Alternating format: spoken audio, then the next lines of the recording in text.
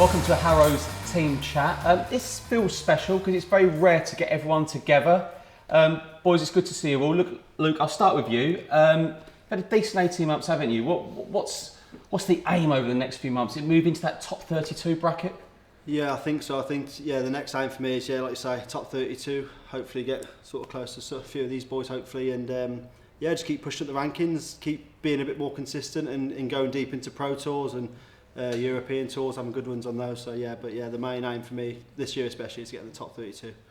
Ryan, a new signing with Harrows. I mean, could it have gone much better? I mean, on the Pro Tours, 2 finals, 1 win against your close friend Gary Anderson. I mean, it's some good stuff. Yeah, some good stuff. Just need to continue that now. It's all right winning them, but just need to carry on really. But you must be happy with how it is, because Pro Tours, I know they come thick and fast. But yeah.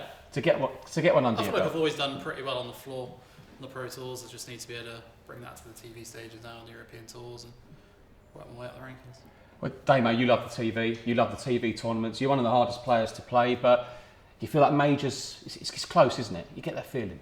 Yeah, I've come a long way. I've got a lot of experience now with especially TV. I've been at the raw end of the stick, and I just found myself as a player in the last, say, 18 months, 2 years, something like that. I've just figured out pretty much what I need to do and who I need to be, and get it all done.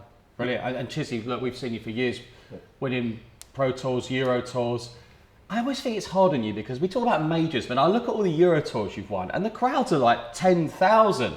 I think we get bogged down in majors. What's a major? What's not a major? A Masters? What's this? What's that? You've won big events. Yep, I've won a lot of them. Been in a few finals as well on the TV, but just not below that line. But there are times as well, isn't there? You know, it's a semi-final, then you've got about 40 minutes to get ready for a final, and it's tough, this sport, isn't it? It can be really, really tough. It can be, definitely, 100% can be. I think with Chizzy thing, I think a lot of the time he gets to a final and the player that's playing him seems to play really well, so it's tough when you're in the final as well. It's especially like for the TV tournaments, I think you're always going to be playing someone, either a prime Michael Van Gerwen or, do you know what I mean, Peter Wright or someone like that. But I have friends now, and I'm sure you're the same, people say, who do you fancy for this tournament? I'd say anyone. They'd say, what do you mean? Well, that's the level we're at in darts now. It's a bit like maybe golf is. You might have your favourites, but there is so much talent there now. Definitely, I agree. It's a lot harder in this era than it was 10 years ago. Yeah, I think it's probably like 5 or 6 names that you could say are always going to be there or thereabouts, but even further down the list, you wouldn't count out people that are further down the rankings winning tournaments either. No, but with that though, any of that 5 or 6, you know you can beat them.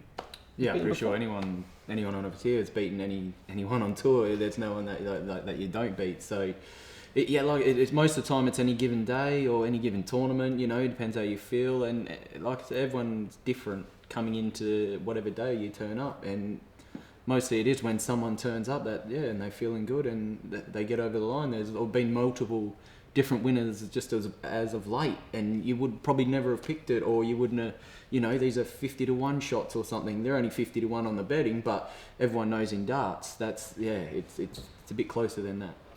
Anyone could win a tournament, and we know you've got your 5 or your top 6, but you've beaten them many times. Anyone on their given day beats anyone. Like, you don't just win Pro Tours beating nobodies along the way, that's for sure.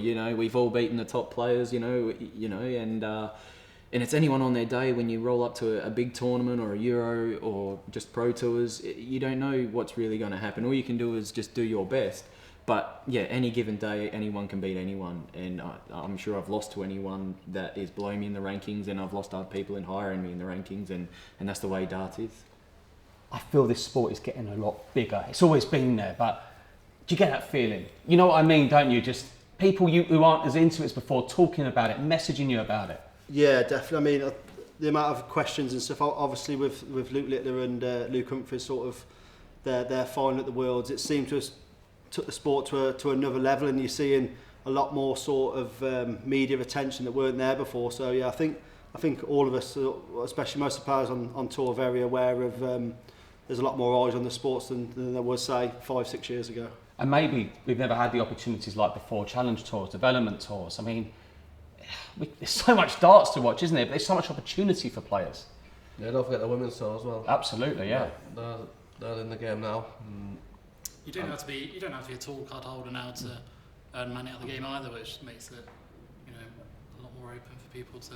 Yeah, you've only got to look at some of the Challenge Tour players that come onto the Pro Tour and play on the Pro Tour. I mean, we've known sort of 10 years ago, whatever, the players that maybe filled at the Pro Tour spots, you'd never heard of it before, but all the players that are filling the spots now, everyone knows who they are because they're all top players now. I always have targets written down. The next year ahead. Right, we're into 2024 now, but we'll call it the 24-25 season. What do you want to do over the next 12 months? Yeah, as I said before, mine is making the top 32, but I'd love to win a Pro Tour, a Players' Championship event. So yeah, that's one of my main targets for the year. Yeah.